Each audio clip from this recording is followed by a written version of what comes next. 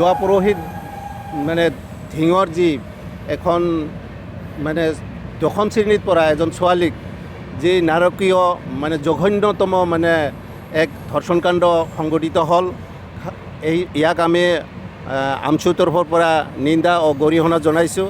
লগতে উক্ত ঘটনাৰ লগত যিসকল নৰপিচাত জড়িত হৈ আছে, মানৱৰূপী দানৱ যিসকল মানে আজি সেই ঘটনাৰ লগত জড়িত হৈ আছে, তেওঁলোকক অসমৰ যি প্ৰশাসন বিভাগ আছে বা গৃহ বিভাগ আছে তেওঁলোকক আহ্বান জনাইছোঁ, অতি সোনকালে কৰায়ত্ব কৰি দৃষ্টান্তমূলক শাস্তিৰ ব্যৱস্থা কৰক।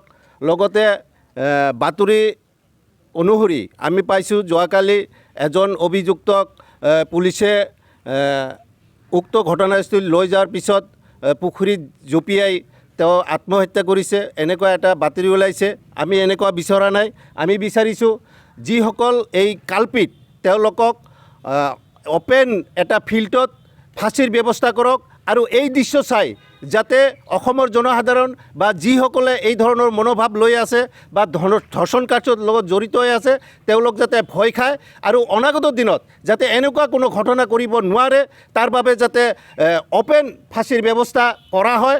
মুখ্যমন্ত্ৰী মহোদয়ক এইটোৱে আহ্বান জনাম যাতে এই ধৰ্ষণ কাণ্ডৰ বিৰুদ্ধে যাতে এটা নতুনকৈ তাৎক্ষণিকভাৱে আইন প্ৰণয়ন কৰে আৰু এই মানে আমাৰ স্কুলীয়া ছাত্ৰ ছাত্ৰী হওক বা মহিলাই হওক, নাৰী যি মানে সুৰক্ষা সেই সুৰক্ষাৰ ক্ষেত্ৰত যাতে কোনো গাফিলতি নকৰে তাৰ বাবে মানে আহ্বান জনাইছোঁ। লগতে যিসকল ধৰ্ষণকাৰীয়ে আজি চাওক মিডিয়াত মানে যদি বাতৰি মানে খোলা যায় বা মিডিয়াত দেখা যায় যে প্ৰতিটো জিলাতে প্ৰায় ধৰ্ষণকাণ্ড সংঘটিত হৈ আছে। গতিকে গৃহ বিভাগত দায়িত্বত থকা মুখ্যমন্ত্ৰী মহোদয়ক আমি আহ্বান জনাইছোঁ যাতে এই ধৰণৰ নাৰী নিৰ্যাতন বা এনেকুৱা ধৰ্ষণকাণ্ড যাতে হ'ব নোৱাৰে তাৰ সুব্যৱস্থা যাতে মুখ্যমন্ত্ৰী মহোদয়ে কৰে তাৰ বাবে আমি আমচুৰ তৰফৰ পৰা আহ্বান জনাইছোঁ।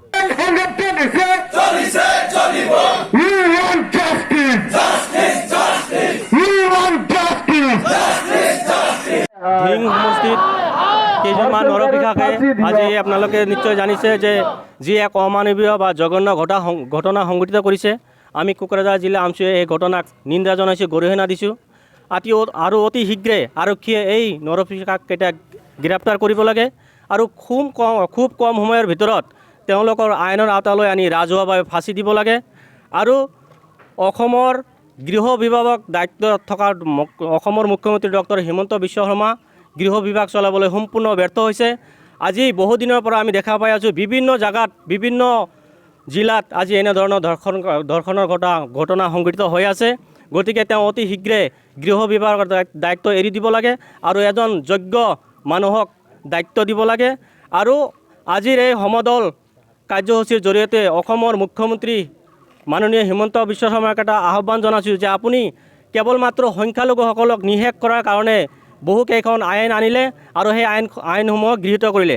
গতিকে অপৰাধীৰ কাৰণে এটা আইন আনক আৰু সেই আইনখন গৃহীত কৰক যে অপৰাধ কৰিলে মৃত্যুদণ্ড, সিয়ে লাগিলে হিন্দুৱে হওক বা মুছলমানেই হওক, কাৰণ অপৰাধৰ কোনো ধৰ্ম নাথাকে, কোনো জাতি নাথাকে, অপৰাধীয়ে। আৰু যেতিয়া জাতি বা ধৰ্মৰ ভিত্তিক বিচাৰ কৰা হ'ব তেতিয়া তেনেহ'লে এইখন অসমত অপৰাধ কেতিয়াও হ্ৰাস বন্ধ কৰিব নোৱাৰে। ফাঁসি